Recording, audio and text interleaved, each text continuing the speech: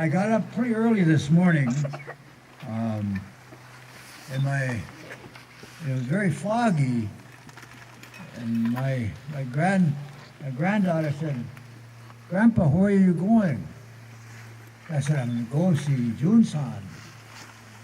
And she said, "Tell her I said hello, and I'm going to go back to sleep." I don't know how many years ago that we came here.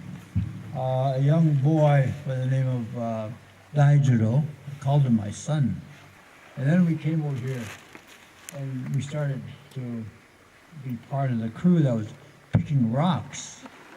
And you couldn't really shovel too far down when you're running into rocks or the tip of a huge boulder. And we spent a week here, and I will remember that all my life. And I never came back until it was completed. 3/4 of my adult life have been associated with the words Nam-myoho Renge-kyo. It began so many years ago. I was assigned to a spot near where the protesters were praying, gathering, on the inside of the perimeter of the base. Every 10 feet there was some military personnel with a weapon. And there was a cyclone fence about 10 feet from us. And then there was Japanese military, and then Japanese police. And then the monks, this was the first time that I'd heard people chanting the words Nam-myoho Renge-kyo. And then something happened, and the police rushed the students. There was thousands, perhaps 5,000-6,000 people had come marching, and we heard that from a great distance. When they were coming, they were chanting Nam-myoho Renge-kyo. Thousands. And I was getting scared. But the mood was I was getting chilled, not cold. I was just getting. It was very impressive. And for a moment, I thought I should be over there. And because what was about to happen was that the police had rushed all of the people that were gathered there, and the monks were sitting down, praying, chanting, and they start hitting the monks, and they're hitting them with these clubs, hitting them on the heads, and it sounded like coconuts. And that's when, I couldn't, I had chosen the military to be my career, but it was that incident which I realized that I did not want to be part of the U.S. military. I am Anishinaabe. I am Ojibwe. I am from the land of the Ojibwe people. That is who I am, and that's who I was when I was standing there at Tsunagawa. I was Nowa Cumig indigenous cause. That is my name, Nowa Cumig. I'm also known as Dennis Banks, but at that moment, I was Nowa Cumig. And I felt I did not want to participate in the destruction of these people or any other human being. And so I ended my 8 years in the military and never went back. And now I am with Nam-myoho Renge-kyo. I am on this side, and I feel very great. I feel honored to be part of the Panzan and Yohoji. I feel great to be part of a group of human beings that care about this earth, that care about each other, that extend the hands of friendship to each other. I feel great because I've been raised in a society that is gated. There's gates all around. And I've been raised that the whites were here and Native people were locked up in the schools, in the boarding schools, of which I was one of them. And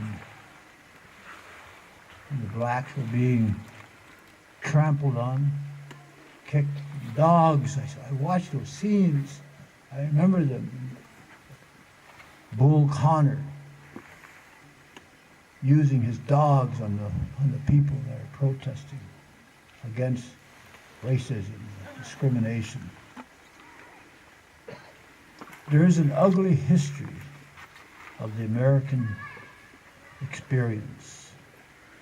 There is an ugly history of people who have committed very bad deeds. And in the many words of the treaties, there are words that says, if there exists bad men amongst our people, bring that man forward, and we will expel them from the reservations. If bad men exist, they knew bad men existed. We knew it. And we insisted that the language be very clear. If bad men exist. When I was in Japan, in Tsunagawa, I filled the description. I filled those shoes of the bad men. But inside me, I could not commit I could not follow the orders of what shall we do if they come over that fence. And the order was to shoot them. And Sergeant Johnson asked, do we shoot to maim or to injure?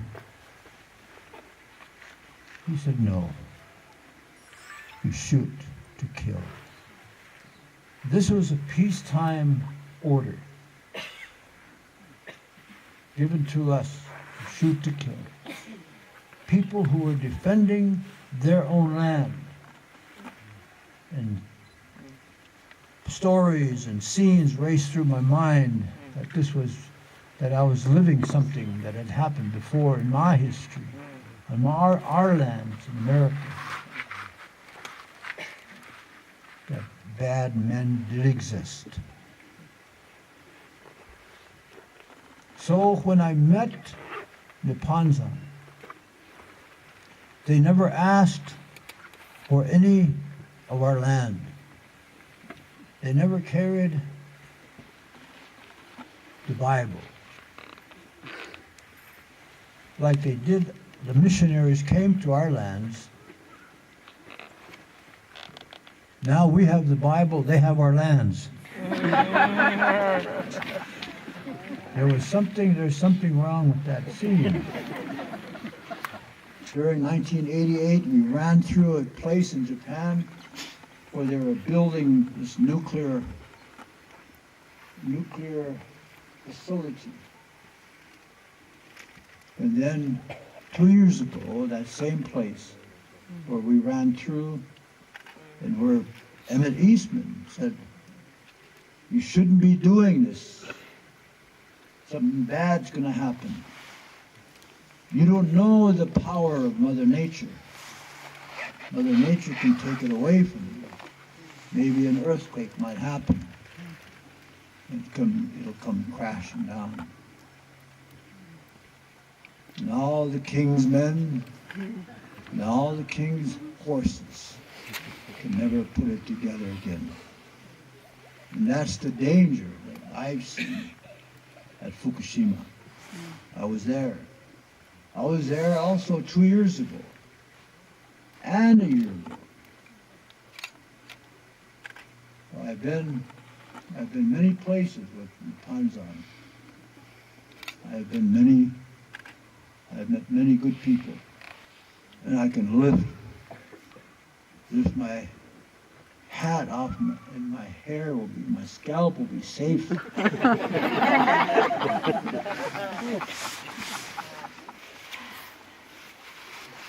And I had the great honor of traveling with Nichidatsu Guruji. He became my mentor. And as the South Dakota prison officials took me to their prisons, I would pray. I would pray to the Great Spirit. And I would end my prayer with Nam Myo Horen Kyo. And I received a very sad message from the guards that a man called Ichidatsu Fuji had passed away. And it made me feel sad that I could not be with him. So I feel that my life has been strengthened by my travels with the monks and nuns of Nipponzan Myohoji. And I will travel with them forever, wherever I go. I have in my home a temple, and I have 4 drums, and ready for Jun-san to come and visit. Because I know someday she will be there. And she might bring visitors, so I have extra drums. So Katashoni and all of the monks and nuns of Nipponzan Myohoji, I owe a great deal to you. I have lots of faults, but ingratitude is not one of them. I'm very thankful. You have done more to save my life than I've done to build your pagodas.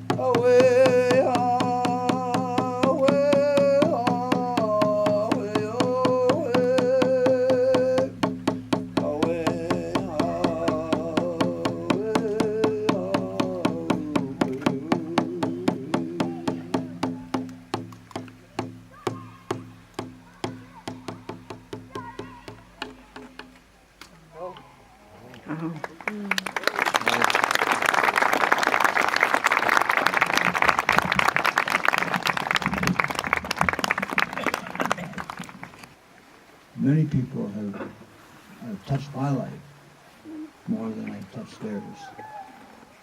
And they've given me strength. You know, it was kind of drizzling when I first came here. I said, if they have any kind of power, if this crowd has that power, they'll stop this drizzling. And I want to say thank you. Big words for that. I have, military speaking, I have 5 stars on my lapel here. People asked the security or TSA agent asked me this morning, what is that for? He says, are you a general? And I said, no. I said, this is the quality of my life. That's what it represents. Quality of my life. I had 1 star when I first met Jun-san. And as I prayed and visited the temples, I would get more strength. And these stars began to fill up. And now, it means the quality of my life. The quality of my life is that, like a 5-star hotel or a 5-star restaurant, that's who I am. I'm a 5-star Anishinaabe. That's all I am. And I harvest wild rice. I make maple syrup. And I fish. We fish with nets, big long nets, guaranteeing that I get a fish. My sons fish with a rod and reel. And sometimes you get out of the boat, you say, catch anything? Nope, not today.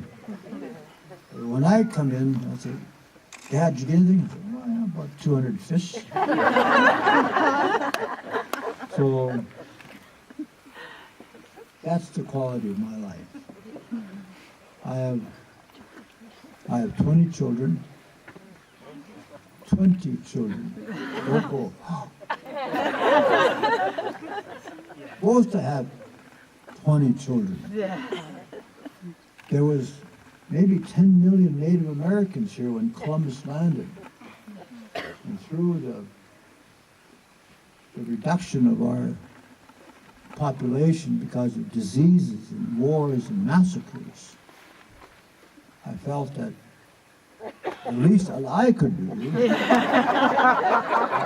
to help bring back the population.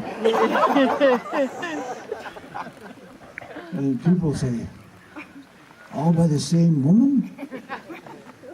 I said, wait a while. All by the same man.